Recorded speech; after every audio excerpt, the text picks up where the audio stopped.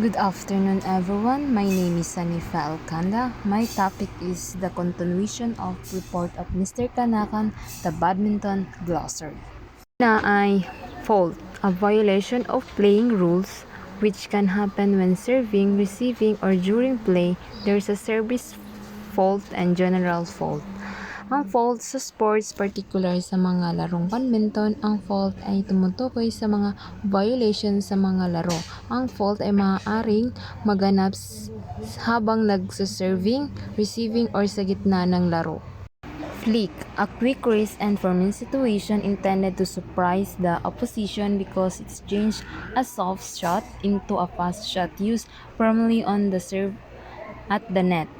Ang flick ay isang mahalagang teknik upang supresahin ng kalaban sa biglang pagbabago ng bilis at direksyon ng palo or tira. Forecourt, the front third of the court between the short service line forward to the net. Forecourt ay mahalaga para sa mga laro sa parehong single at double na mga laban. Forehand, a shot executed at the player's racket side opposite of back. Forehand ay isang tirang sinasagawa sa parehong bahagi ng kamay ng manlalaro. Ang bahagi kung saan hawak nila ang racket, ito ang kabaliktaran ng backhand na tira. Front and back formation, a strategy used in a doubles play when one player's forward towards the net and his partner play back. Ang front and back formation ay isang strategy na ginagamit sa double na laro kung saan ang isang manlalaro ay pumapwesto malapit sa net, ang front player, habang ang kanyang kaparehas ay manatili sa likuran ng court, ang back player. Game, an accumulation of points of each part of match. One game is one part of match. In order to win a match, one side should win 2 out of 3. Game ay isang unit ng paglalaro sa loob ng isang laban kung saan ang mga naglalaro ay nag-iipon ng puntos. Dapat manalo sila ng 2 sa 3 laro. Hairpin net shot, a shot made from very close to the net and hits from below the net. The shot goes straight up, it barely clears the net and goes straight down to the other side. Hence, the name of the shot become it looks like the shape of the hairpin. The hairpin net shot is the skillful and strategy move in a badminton that involves hitting in the shuttlecock from the below the net level. Half-court shot. This shot can be used with some success when playing doubles against the up and back formation. This is a shot that is low and to mid-court. There's not much time for the opposing team to react to it. Ang half-court shot ay isang strategy na tira na kadalasan itong ginagamit sa laro ng double, lalo na sa effective na laban sa up and back formation. Handicap match, a match played between players with an equal skill level.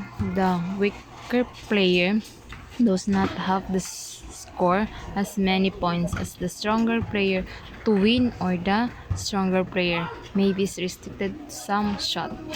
High clear, a shot that is hit deep into the position court. This is as usual a defensive shot. Ang high clear ay isang tira sa badminton at malalim na palo sa kalaban. Karaniwan din ito ginagamit bilang isang defensive sa kalaban.